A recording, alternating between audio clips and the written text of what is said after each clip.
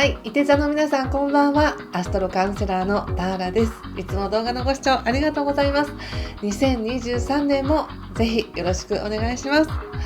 今回は2023年がどんな年なのか、大まかな流れと主に1月から3月の動きを解説させていただきます。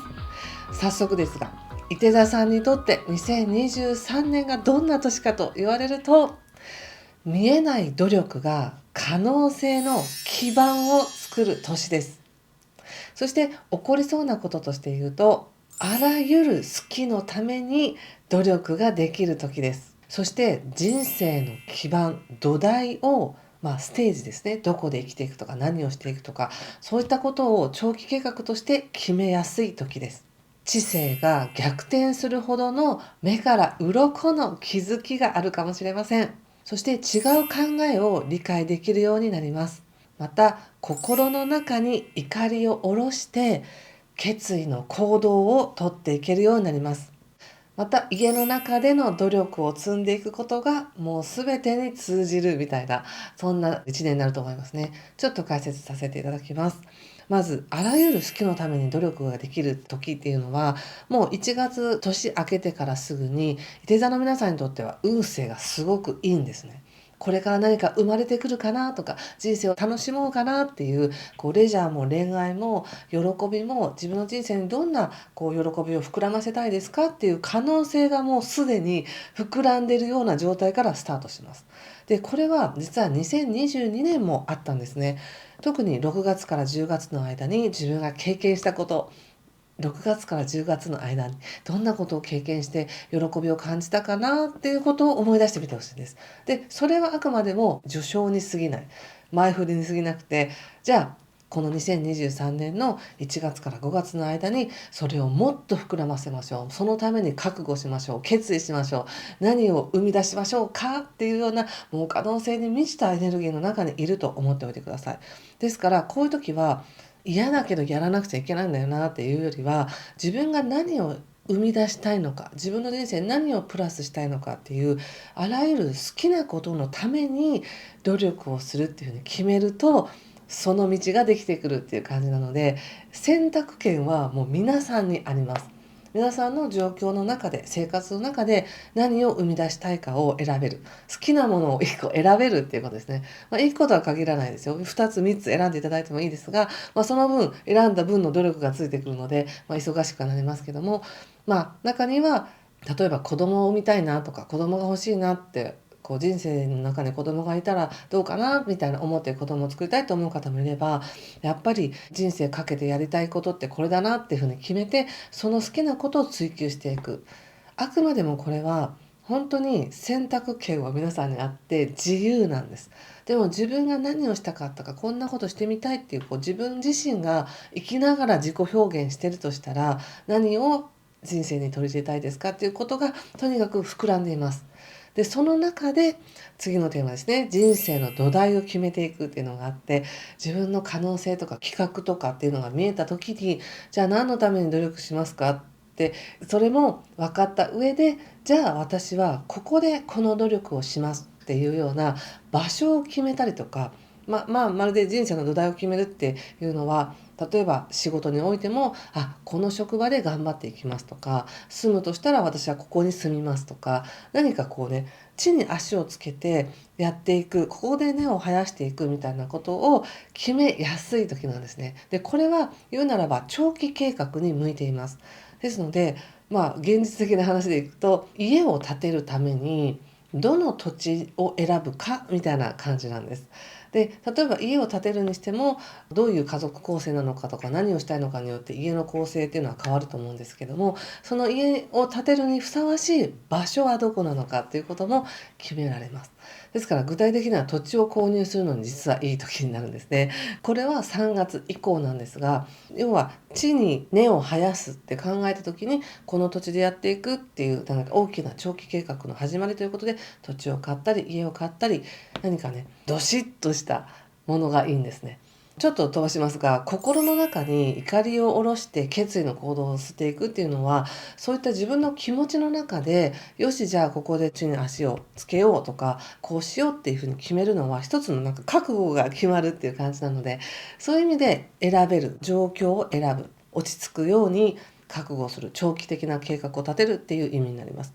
で、それが言うならば家の中での努力につながってくるというか、家の中とか心の中っていうことなんですけども、自分のために、自分の人生のためにこれをやっていこうっていう覚悟をして決意していくっていうことになるんですね。それともう一つ、全体のね、運勢のところでお話ししたこの2023年の天気っていうのは、3月と5月と7月って言ったんですが、3月っていうのは本当にこう自分の考え方、知性が逆転するほどの目から鱗の気づきって何って言ったら、そのご自身がこういうことを人生に取り入れていきたいという、こう希望とか期待とか喜びとかチャレンジっていう、リスクがあってもそれやってみたいなっていうその思いがあり、そしてなおかつ現実ではここで頑張っていこうみたいな、この現実どしっとしたエネルギーがあり、でその中でそういう状況になると、今度考え方を変えざるを得なくなるんですね。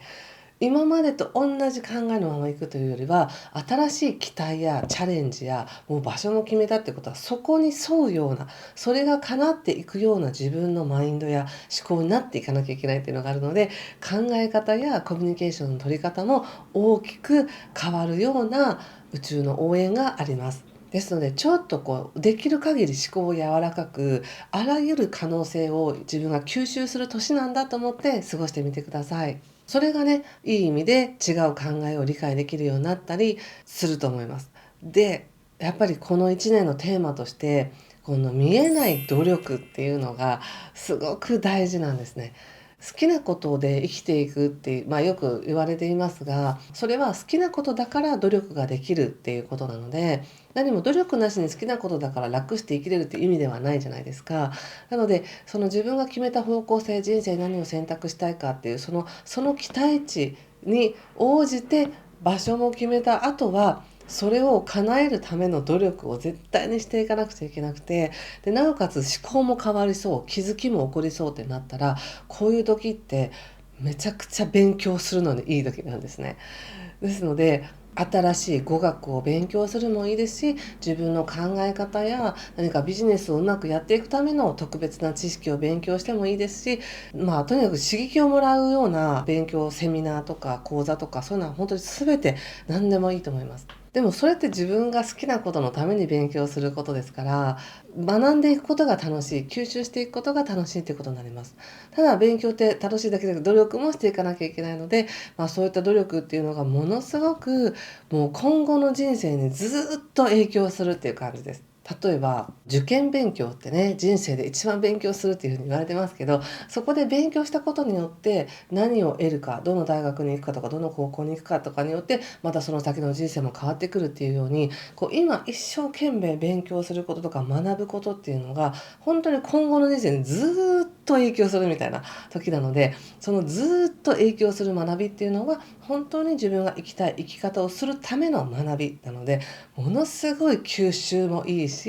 ためになることだし、ためになるような勉強のきっかけっていうのが、3月から6月の間にあるんじゃないかなって思います。ですので2023年はまだ選択する、それだけでいいっていう感じですね。あとは着々と現実に合わせて努力していく、それがものすごい人生の大きな基盤になったねって後から分かるみたいな時です。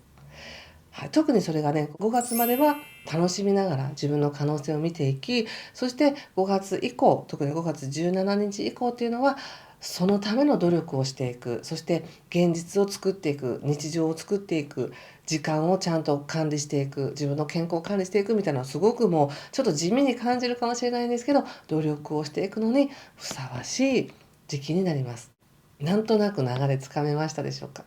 結構2022年ね、慌ただしかったなっていう方も多いと思うんですね。いろんなことあったな、でも楽しかったなみたいな。で、その楽しさまだ続きます。その楽しさの中で選んでいってください。そしてちょっと1月からのお話をさせていただくと、まず1月の13日から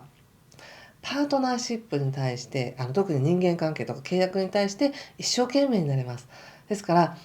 例えばこういう人とつながりたいなとか、パートナーが欲しいなとか、こういう会社、こういう仕事したいなとかっていう、そういう自分がつながりたい人のために、つながりたいところとつながるための努力もしていきやすくなります。1月13日以降ですね。で、これマイナスに出ると、人に対しての怒りっていうふうにも出たりするので、もし自分がイライラしてるなって思ったら、それだけ自分はいい関係にしたいんだなって思ってるっていうことを自覚してください。そしてそれだけ自分の中にバイタリティがあるんだな、余ってるんだなっていうふうに思ってください。で、さらに1月18日以降っていうのは水星もね巡行になりますので、自分の中の価値観とかお金に対してとか、どうやって稼いでいこうかとか、そういったこともごちゃごちゃ考えていたものがやっとすると流れ出すっていうのがあるので、ビジネスの流れは比較的順調ですね。で、またビジネスだけではなくて、普通のプライベートの関係性においても、自分が何を求めているのか、何を大事にしたいのか、関係性においてっていうこともはっきりして、それを伝えていけるようになるっていう感じです。また1月の20日以降ですね、コミュニケーション運っていうのが上がりますので、やはり1月、全体的に見ても中旬以降は流れがスムーズで、人との関係とか自分がこうしたいとかああしたいっていうのが見えてくるなっていう感じがします。そして2月っていうのはこの1月の後半に見えてきた可能性を順調に進めていく流れです。2月もとても楽しいですよ。パートナー運もいいし、コミュニケーションもいいし、なおかつ自分が人生を楽しむ運があるっていうことですから、発展運の中にいるっていうことですからね。結構2月は必要な情報を取りに移動していく、人に会っていくっていうのも多いんじゃないかと思いますね。とにかく人間関係が活性しているので、豊かですね。その情報とか関係性とか人との関わりが。はい、ぜひ楽しんでください。恋愛もとってもいい時なのでね。5月まではもう全体を通してとてもいい時なので、楽しんでください。自分に許可を出すようにして、こんなことしちゃダメだとか、こんなことをするにはこうしなくちゃっていう思いよりも、もう自分は今喜ぶ権利がある、楽しむ権利があるみたいな感覚で過ごしてみてください。そして、3月は先ほども言った大きな変わり目になってくるんですけど、主にそうですね、もう2月の19日以降ですね、ちょっと気持ちが定まってくるっていうのがあると思います。家の中で落ち着いて自分が何を求めているか決めていこうっていう感覚です。2月20日以降もですね、引き続き恋愛運はとってもいい時になります。伊手座さん楽しいと思います。2月20日以降。